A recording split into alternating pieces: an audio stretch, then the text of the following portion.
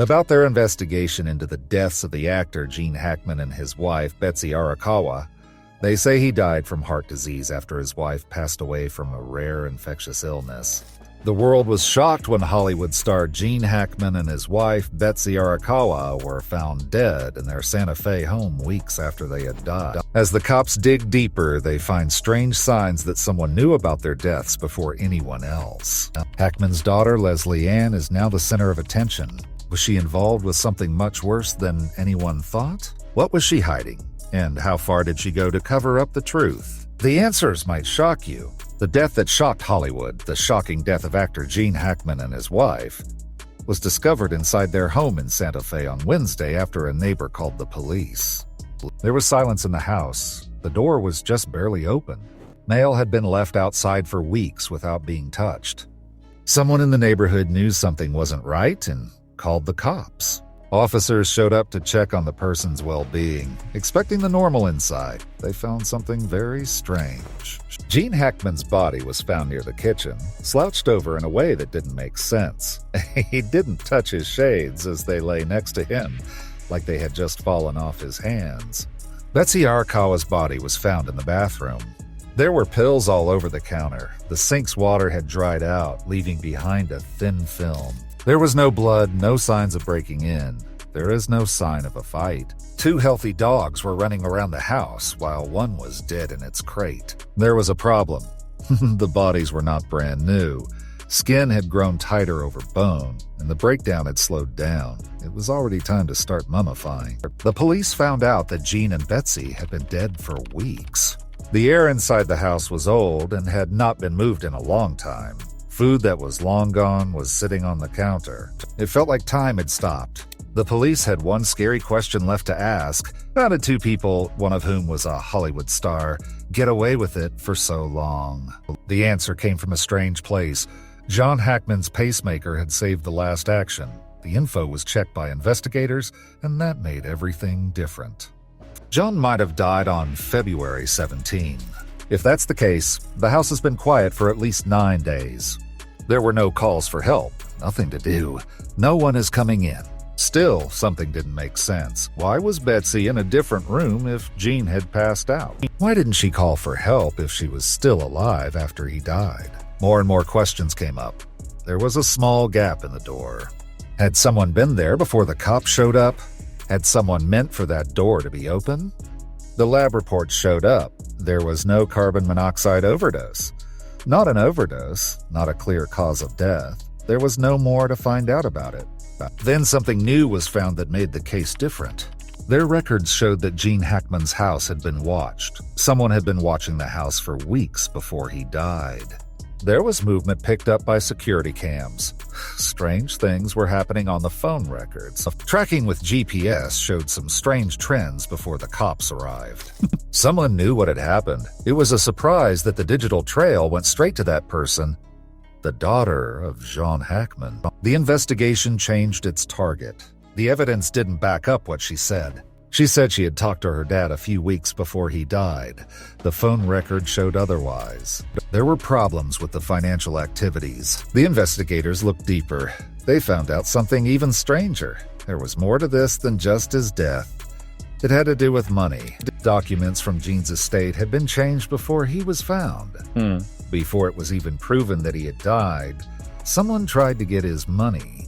There was strong proof that things were going badly with the case. Was Gene Hackman's death really an accident? Or was someone planning something sinister long before he was found? The 24-hour special monitoring, the timeline of death, showed that when police looked at Gene Hackman's pacemaker data, the case took a big turn. Before going quiet, the device had recorded one last movement. It was clear from the timestamp when everything stopped. Everything changed on that date. The investigators looked for signs of life after that day. They looked at his phone records. No calls, no texts, no searching the web. His money activities were stopped. No bank logins, no purchases with credit cards. It looked like he had just disappeared. Then they found something else. Security cams on a nearby property caught people moving around outside of Hackman's house. There was a shade near the door. A car was left parked in the street for hours. Inside the house, motion sensors picked up on strange behavior at odd times. The front door was never opened, though someone was looking. But where were they? The police looked at his home security system. The log showed something that was not good. Before he died, the bell had been turned off and on several times. No breaking in. Do not call the emergency services. But something didn't make sense. Every day, Hackman did the same thing every morning. He took his dogs for a walk at the same time. He looked at his mail, he paid his checks. His life was very routine and easy to plan. Then, all of a sudden, nothing happened.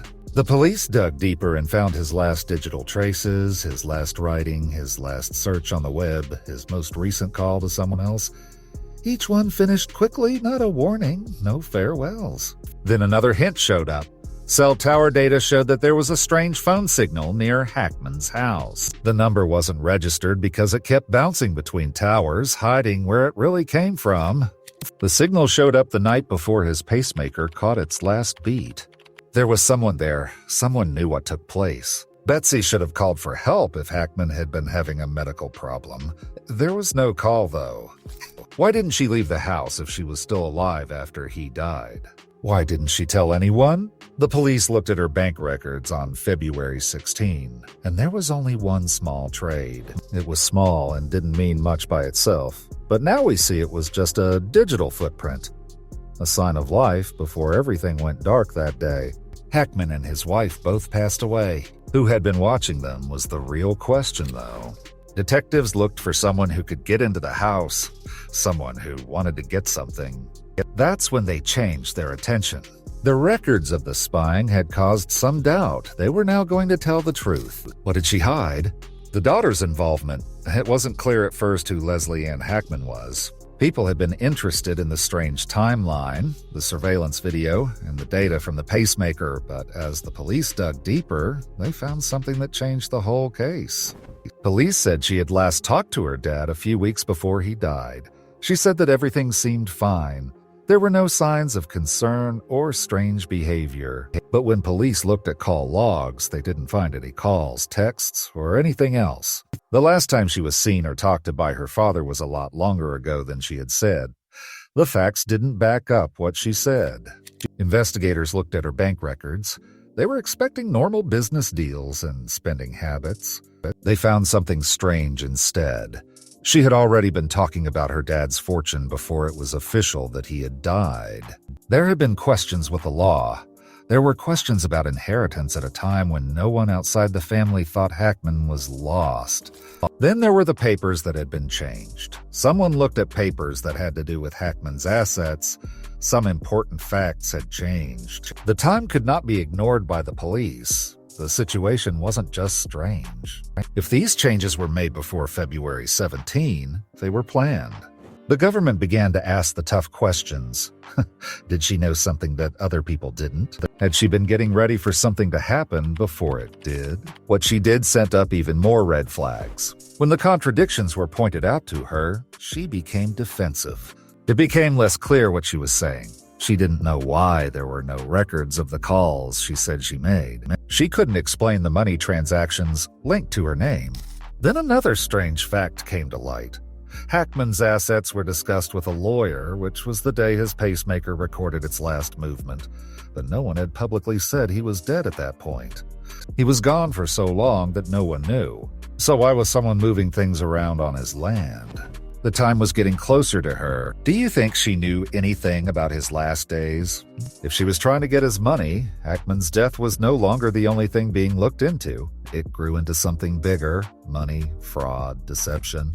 The proof pointed to more than just a terrible accident. Every time something new was found, the walls got closer together. The pieces were starting to fit together, and soon the police would find something that would change the whole case. A secret was about to come out, and there would be no going back once it was known. The autopsy and toxicology reports. When the autopsy reports came back, they didn't answer any questions. Instead, they raised more.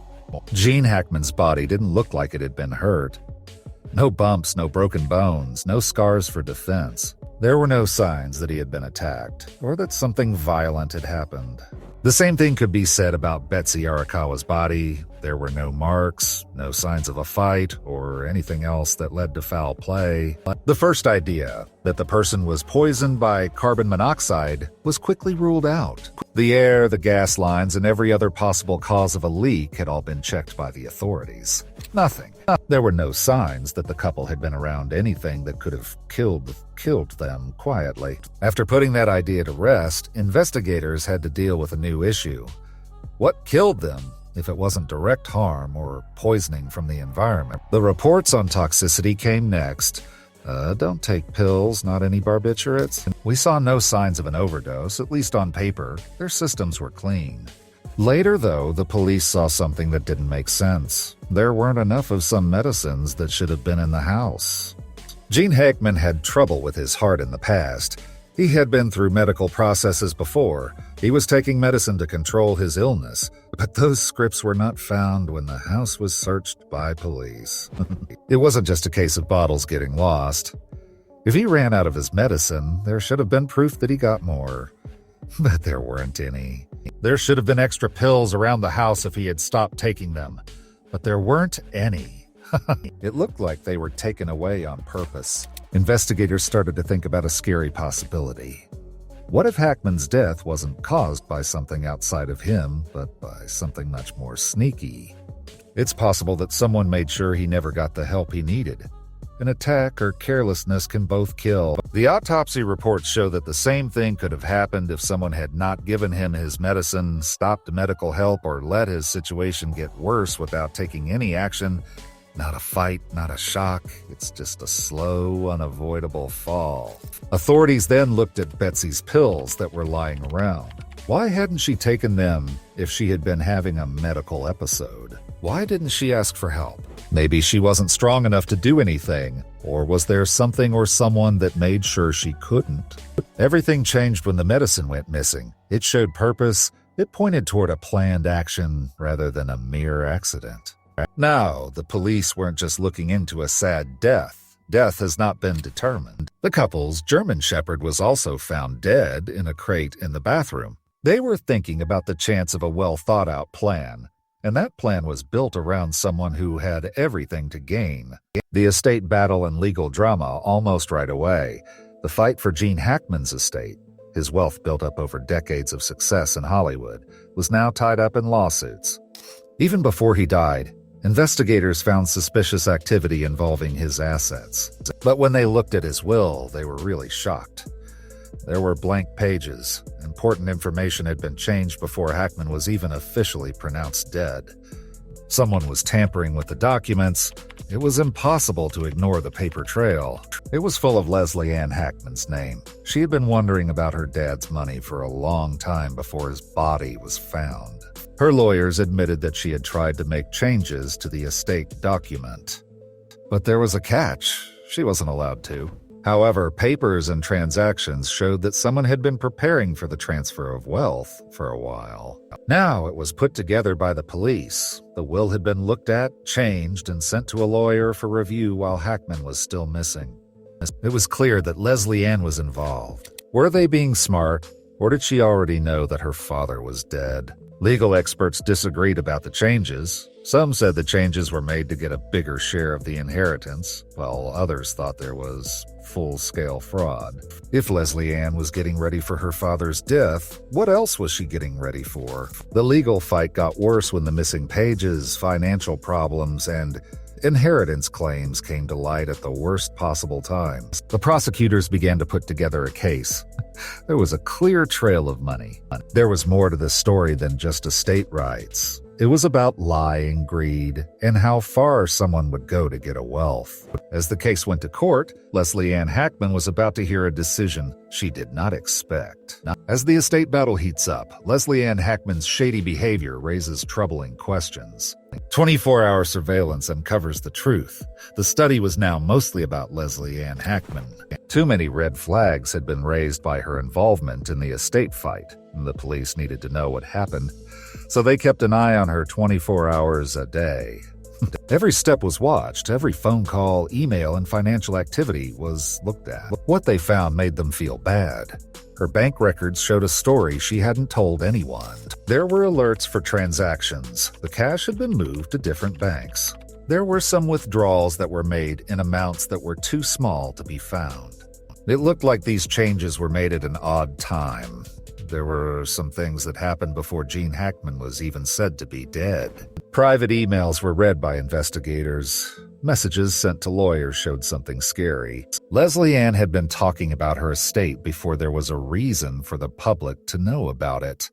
On paper, her father was still alive when she talked to lawyers about estate claims.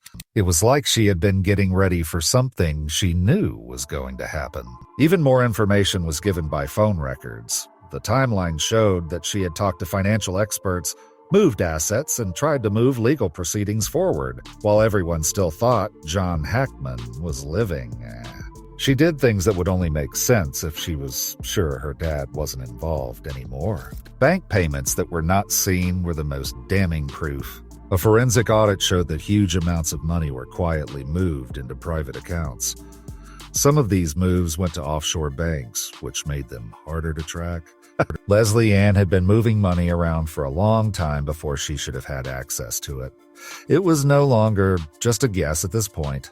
The evidence from the surveillance, the financial records, and the legal inquiries all led to the same result. It wasn't just a daughter dealing with her grief, taking care of her father's business. This was a carefully thought-out plan for making money. The sentencing. There was no denying the proof. One person was linked to bank records, surveillance footage, and changed legal papers before her father was even officially pronounced dead. Leslie Ann Hackman planned a way to make money. The investigation found a pattern of lying, cheating, and getting in the way. It was now time for justice. They called the police. She was caught, charged, and jailed right away. The prosecutors didn't waste any time. The case went through the court system like a well-thought-out puzzle, with each piece showing how she tried to trick the system. The pages that are missing from the will, the early land claims, the moves that were not seen.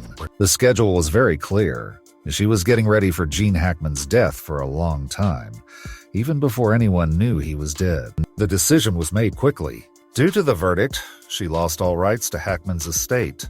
She was found guilty of multiple counts of theft, financial manipulation, and obstruction of justice.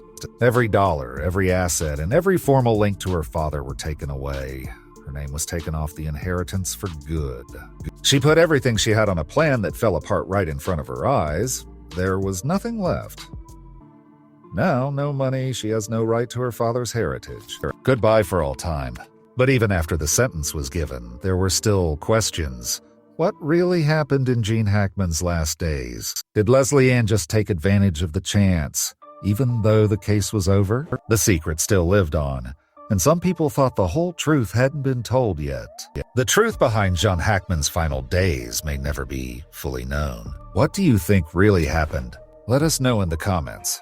Don't forget to like, share, and subscribe, and click the next video popping up on your screen.